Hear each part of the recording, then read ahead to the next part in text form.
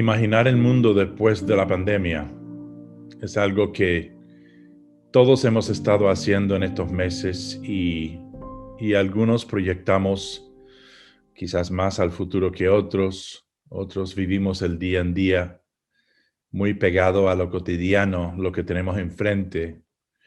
Y yo creo que hay un lugar común, que el mundo será distinto después, que habrá una nueva normalidad. Y esa nueva normalidad puede implicar más citas Zoom, conferencias por teleconferencia, videoconferencia en lugar de en persona, menos viajes aéreos, la extinción de la industria del crucero. Eh, Anhelamos que algunas cosas bondadosas o virtuosas de los primeros meses de la pandemia, que apreciamos todos, sobre todo los que vivimos en ciudades, podrían continuar en el futuro. Es decir, las avenidas vacías de coches, un mundo en donde pues todos andaremos más en bicicleta, a pie. Sin duda, en todo caso, hemos llegado a apreciar ciertos detalles de la vida de una forma más presente y aguda que yo creo que antes. Y esos son, pues, el valor de la familia, de los seres queridos, de los amigos, la añoranza de las reuniones sociales que antes tuvimos y ni pensamos en ellos. Ahora sí son prioridades nuestras y antes las encerronas que nos imponen nuestros gobiernos y ciudades, pensamos mucho en las formas que vamos a poder compartir con nuestros amigos o seres queridos. La visita a la mamá o la abuela y sin poderla abrazar. Todo eso son nuevos limitantes que esperamos que tengan un fin y que podemos volver a estar cerca de otros seres humanos, nuestros seres queridos, como antes. Nos ha hecho valorar más la amistad, la naturaleza, darnos cuenta de lo mucho que resistimos sin pensar en el mundo normal, los niveles de ruido de los coches, de las tranvías, de los subtes, de los buses en la ciudad, inaceptables. Queremos ciudades sin todo aquello y hecho para el ser humano, el paseante, el peatón, en lugar de máquinas con ruedas y motores. No sabemos exactamente en qué medida nuestras sociedades van a lograr esas cosas, pero estoy seguro que parte de la nueva normalidad será que eh, los diseñadores, los urbanistas, los arquitectos, las mismas grandes compañías que se tendrán que repensar cómo hacen con los rascacielos, las oficinas de ratoncitos y ascensores que, por un lado, ya no serán tan necesarios porque nos damos cuenta que con las videoconferencias podemos tener tertulias, conferencias, inclusive redactar revistas.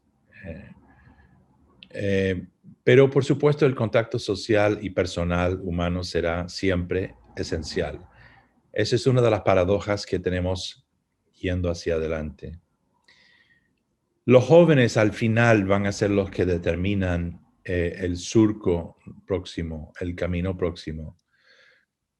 Son ellos que se han dado cuenta de los limitantes del mundo que han heredado de nosotros y en la cual pues convivimos todavía. Coincidiendo como ha coincidido esta pandemia con el auge del populismo a nivel mundial y la constatación a nivel mundial también del cambio climático como, como un dato real, inminente, presente, en algunos lugares muy presente, ¿no? Yo creo que este periodo nos presenta una especie de impasse existencial, un antes y después, un umbral hacia el nuevo futuro. No será solamente la pandemia o después de la pandemia que habrá una nueva normalidad, sino los jóvenes sobre todo están viendo que el mundo próximo será uno en que el cambio climático sea real, que la democracia acostumbrada en Occidente eh, es algo ya precaria que hay que fortalecer, que está en jaque. Muchas cosas están en jaque, ¿no? Comparo este periodo, este umbral, aunque no es guerra, con posiblemente una de las guerras mundiales que tuvimos en el siglo pasado, un antes y después. Debido justamente a esta junta de grandes cosas, ¿no?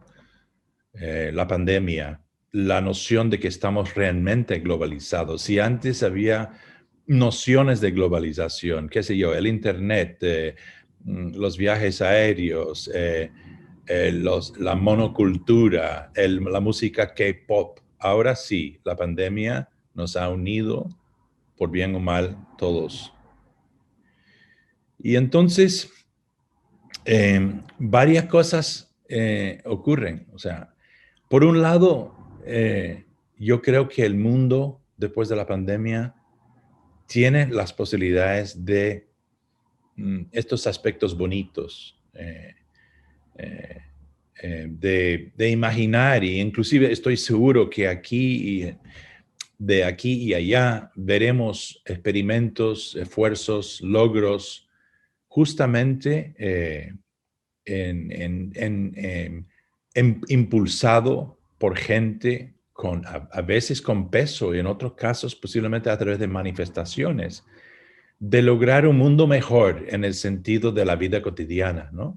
De sí tener ciudades con menos carros y más bicicletas, de tener más acceso a parques y jardines, de, de valorar más, de ver las formas en nuestras vidas y costumbres, de compartir más la familia y el aire libre y menos en los trenes de conmutadores, menos en los trancones de autos y menos en los rascacielos con oficinas. Pero a la misma vez, este impasse, esta pandemia, este mundo después de la pandemia, nos implica un tremendo desafío. Un tremendo desafío que como las posguerras del siglo pasado implican un reto de establecer la paz. En nuestro caso es salvar algo y esa cosa que tenemos que salvar es la democracia misma. Hemos visto cómo en la pandemia el populismo, la demagoguería de Trump, de Bolsonaro, de Duterte, de otros, de los Orbán y de los Bukele y de los Putin, ha llenado el aire, ha llenado la atmósfera de mucha palabrería y poca atención a la salud médica, al bienestar de los ciudadanos en determinados países. Hemos visto las cifras de muertes acumularse casi sin cuidado en países como Estados Unidos y Brasil. A la misma vez que esos líderes, esos populistas, han utilizado términos que han contagiado parte de la población con odios, han levantado odios, han dividido pueblos y han minado las mismas instituciones que les dio el poder, las instituciones democráticas.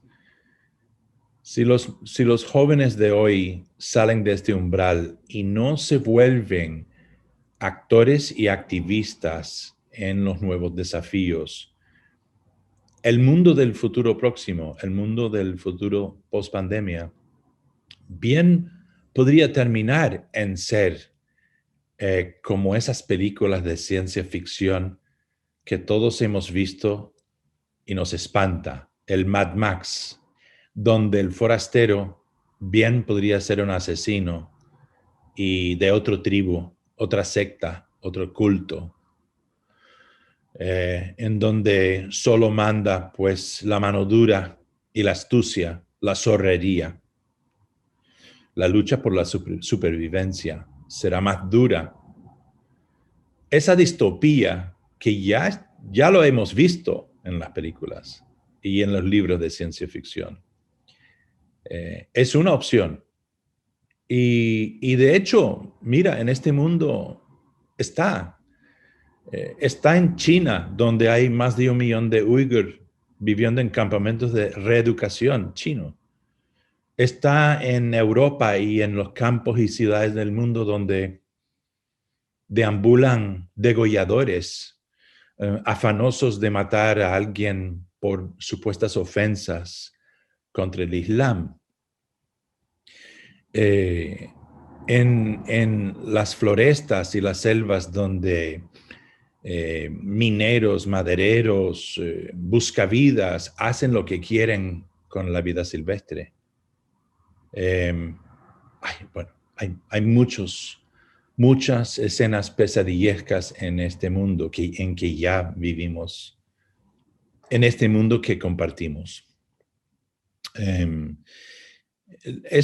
Eso podría llegar a ser algo extendido por el mundo, ¿no? Una especie de guerra mundial permanente. La otra opción es un mundo en donde cada joven, cada uno de nosotros, se empeña justamente a partir de la pandemia y nuestras nuevas valorizaciones de lo que es importante en hacer nuestra parte en fortalecer la democracia, en las instituciones, en poner nuestro pecho, nuestra cara, dar la cara cuando vemos esfuerzos para minar lo que es nuestra armonía, nuestra estabilidad, nuestro bipartidismo, ¿no? En donde hay odio en lugar del amor. Y eso creo que es algo que digo, no en el afán de predecir algo terrible que viene el apocalipsis, sino que ya está aquí y está enrumbado y podemos tanto ir inconscientes así una vida en donde ese apocalipsis se nos abarca y nos traga a todos, o afanosos de que no sea así, peleamos, pongamos la cara. Tendremos que ser más activistas de lo que fuimos en antes. Podemos tener nuestras comodidades, pero no es suficiente pensar que por el hecho de que uno fue a una buena escuela o viene de una buena familia o gana un buen ingreso o que tiene un buen nivel de cultura, que no te va a tocar. Nos toca a todos. Los Trump, el cambio climático, nos toca a todos. Entonces hay que ser soldados de la democracia. Y cuando digo así, estoy utilizando un término que le puede asustar a algunos. Yo no estoy diciendo que hay que empuñar una arma. Esto es para no empuñar las armas. En el mundo después de la pandemia tendremos que ser más activistas para la democracia y cada cual tendrá que escoger su bando. El bando de los inconscientes, en donde pasa todo pasa, y el otro bando en donde uno está haciendo algo por el bien común. Yo creo que los tiempos de dejar pasar ya se quedaron atrás. Hay otra cosa que tenemos que tener muy presentes y es que en este mundo no vivimos solos, o sea, no es solamente pensar un mundo en donde andaremos más en bicicleta y hornearemos más pan o seremos más conscientes de la suerte de la anciana que vive al lado, o visitaremos más a los ancianos, o que aseguraremos que nuestros hijos comen mejor o leen más, o miraremos menos Netflix. Todo eso son cosas importantes, y son cosas importantes y muy de clase media, hay que decirlo a calzón quitado. La mayoría del mundo no es de la clase media todavía. Y este mundo todavía es como, tiene placas tectónicas geopolíticas en movimiento. Y los últimos años, justamente, el auge del populismo, algunas acciones de países fuertes, la estadía de Trump en el poder y los errores bárbaros que ha cometido, por describirlos como algo, ha hecho que el mundo está en más abierta competencia que antes, y los grandes poderes siguen impugnados, siguen buscando recursos y territorios a expensas del otro, y siguen buscando países terceros donde implantar bandera. Eso no ha cambiado, y de hecho la pandemia lo ha agudizado. Hemos visto cómo el lenguaje ha vuelto más acérbico, y los comportamientos entre China y Estados Unidos justamente a raíz de la pandemia, ¿no? Entonces, el mundo después de la pandemia también, más allá de que si andamos más en tranvías y bicicletas o no, también lamentablemente va a ser ese mundo más allá de nuestros municipios y condados y inclusive en nuestros países, en donde esas placas tectónicas geopolíticas, esos grandes poderes van a estar buscando ventaja. Desde ya lo están haciendo. Hablo de Estados Unidos, de China, de Turquía, de Rusia, de Francia, de Arabia Saudita y de otros actores que entrarán, Israel, que entrarán en el ruedo, cada cual donde creen que tienen opción de ventaja o donde pueden tomar ventaja. En este momento el mundo está muy revuelto, y donde hay muchos vacíos del poder. Donde hay vacíos del poder, es una máxima que los que buscan tener poder lo intentan rellenar. El mundo después de la pandemia entonces también será un mundo de guerras, de conflictos y de muchos riesgos para el bien de la humanidad. Y para esta armonía y este nuevo mundo, inclusive será un gran riesgo para esa nueva normalidad que anhelamos para el mundo después de la pandemia, para nuestras vidas mejoradas, en donde valoremos más al momento, desgastaremos menos en nuestro tiempo, sabiendo que la vida es corta, ¿no? Y que el mundo no es